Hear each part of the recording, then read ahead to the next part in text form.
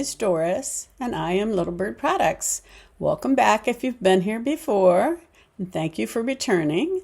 And if you're new here, welcome, and please subscribe because then you'll get notified every time I post a new video, and it really does help my channel. What I wanted to do today was bring you up to date a little bit on how I'm doing with making my flannel and graphic tees. I actually finally got back in gear today, and I finished up, let's see, I think 3. It's hard to keep track and count, but 2 for sure that I finished today.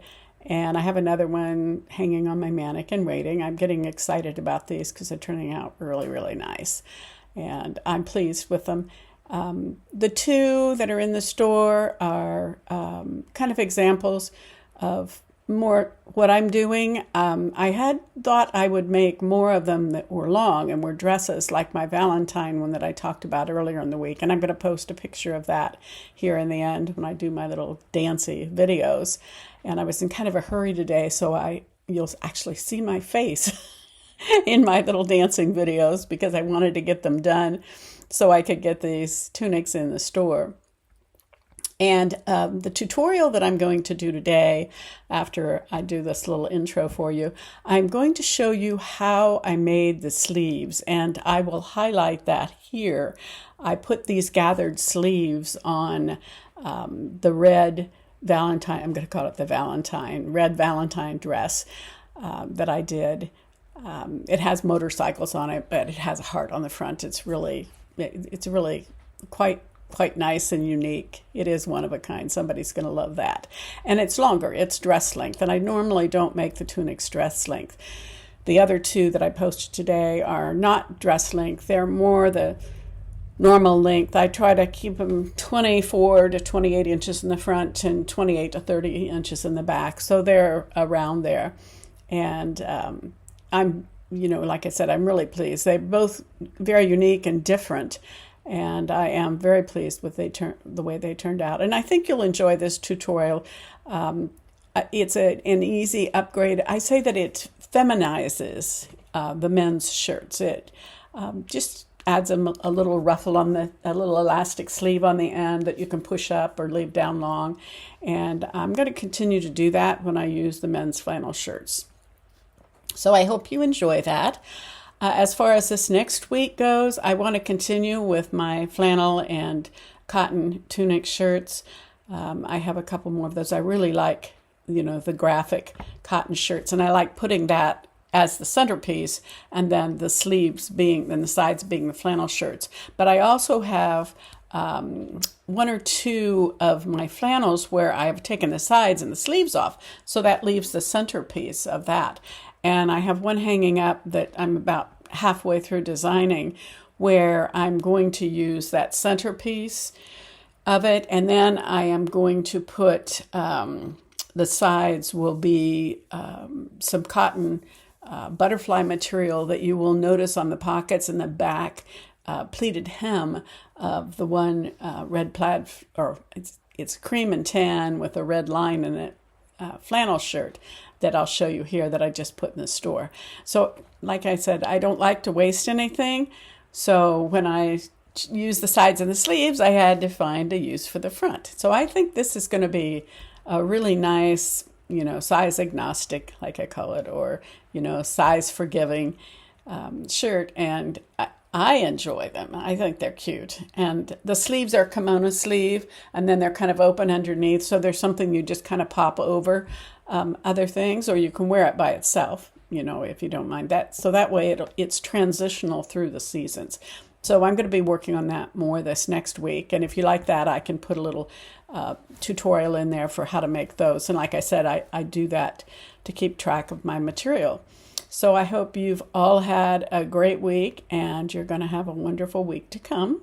So keep watching if you want to see that tutorial, or you can speed forward and, see me dancing around. Oh, and I wanted to mention again, I have been putting AI shorts in with models showing my things on the runway. That's been kind of fun, but I am putting them in as shorts. I did make a mistake because of the way that I filmed My last one, it was meant to be a short, and it didn't. It slipped in here as a regular video. It's kind of funny for how you have to have the shorts formatted and what the timing is on it. And bear with me, I'm still getting used to doing some of that. So have a good week. Thank you for stopping by, and don't forget to subscribe. Bye. I wanted to show you today how I feminize these sleeves when I use a flannel shirt, mostly a flannel shirt, but sometimes other shirts. And what I've done with this is I've cut the side right down from the sleeve, the side of the shirt, and I will show you in this red plaid dress that I did where I paired it with a graphic shirt, and that's what I'm going to do with this one. How I did the sleeves of that. And I like using these ends of the sleeves as pockets, but what I do is I put this on, and because I like drop shoulders, I use the t-shirts in the center, and this is attached. So this right here would not be at my shoulder. This would be more at my shoulder up here. So it's dropped a few inches. So what I do is I cut this sleeve off down here at about, I measure it, and 6 or 7 inches. That's about 6 inches right there. And this becomes the pocket. It's just a nice size pocket. And then this becomes the sleeves. And it can be a long down to your wrist sleeve or a 3/4 sleeve, because then I put a casing on the inside of it to string my elastic through. And I'm going to cut the sleeve off, and then I'll come back and I'll show you how to do that casing and then what that casing looks like. And here you can see I have detached the end of the sleeve from the sleeve itself, and this will become the pocket on the front of the tunic. And this, now I'm going to turn wrong side out. I'm going to measure it all the way around here, and then add a couple inches. And then I'm going to take my bias binding, and I'll take that piece that I cut for here. And then I'm going to take it to the iron, and I'm going to iron it open. The two ends will still be folded in, but it'll be folded open. And I'll get that cut and ironed, and then I'll bring this back and show you what I'm going to do. And then I'll show you how I sew it on and how I thread that elastic through. This is the thin elastic that I'm going to use to thread through this channel. This is the bias binding. I'm going to take and cut 2 pieces of it, one for every sleeve, and I'm going to measure all the way around the end of the sleeve that I've detached from the cuff here, because this is going to become the pocket. What I'll do is I'll take this bias binding, this is double fold bias binding. I'll take the 2 pieces that I cut for the sleeves, I'll take them to the ironing board, and I'm going to iron them open. Not all the way flat, but I'm just going to take them and iron them open, and I'll bring this back, have it cut wrong side out, and show you how that looks and how I'm going to stitch it on there. Okay, this is how that bias binding looks when it's ironed open. Okay, so you put the raw edge, see how it has a little folded edge, you put that down and you go up from the end of your shirt sleeve. I did it on the red one, you'll see I went up about 3 inches because the sleeves were quite long, and it gave me a nice ruffled end. This one, the sleeves aren't quite as long, but I'm doing about an inch and a half ruffle. You wouldn't want to do less than that, because when you gather it in the elastic, it makes a real cute little ruffle. This will be a little ruffle. And then what I'm going to do is go all around the sleeve, and I'm going to put pins in it so that it's ready to sew.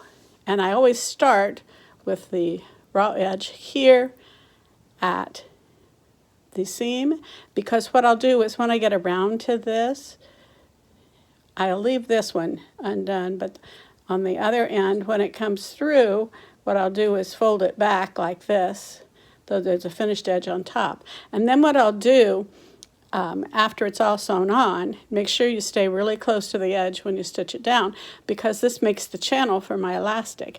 And my elastic, if I can get it out here, is really thin. I like the thin elastic. It's got a lot of stretch to it, and it goes through that really nice. And what I do is I come out this other end here. It makes it easy to come out the end when this end isn't finished. So it threads through really nice. And then I put it around my wrist because that's where it's going to be. I want it to be snug but not tight, so that, you know, I can push it up my arm. But my arms aren't that big. So what you'll want to do is put your sleeve through it. Make sure you can get your arm, you know, in it. But, you know, you can have it as loose or as tight as you want. I just wanted a nice little ruffle. Now remember, you'll have the fabric in there too. So when you pull it through, make sure you measure it on your wrist. And then I tie the elastic in a knot, then I try the shirt on, and then at the end, what I'll do is I'll take that elastic and sew the ends together. Leave them in a knot just in case, and then I sew the ends together really good so it doesn't come undone. Then I just tuck them in.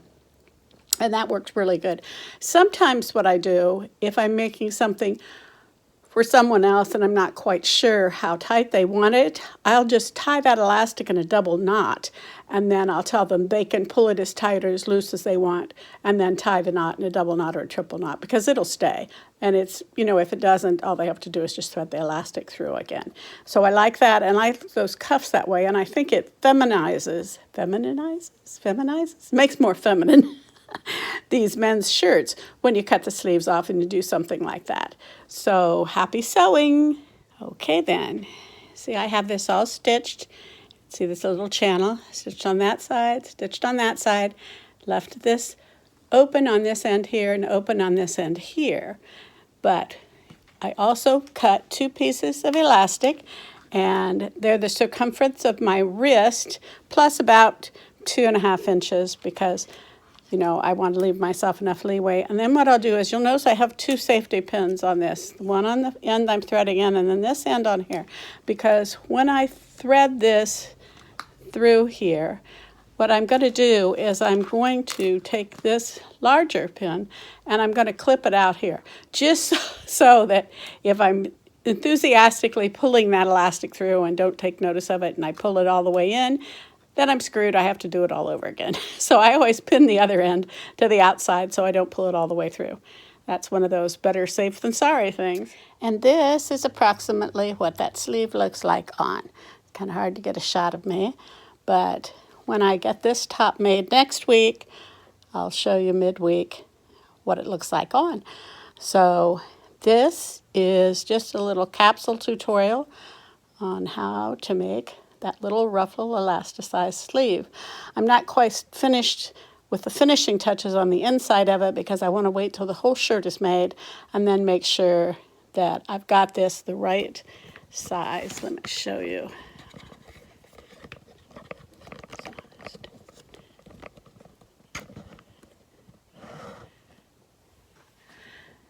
This is what that looks like.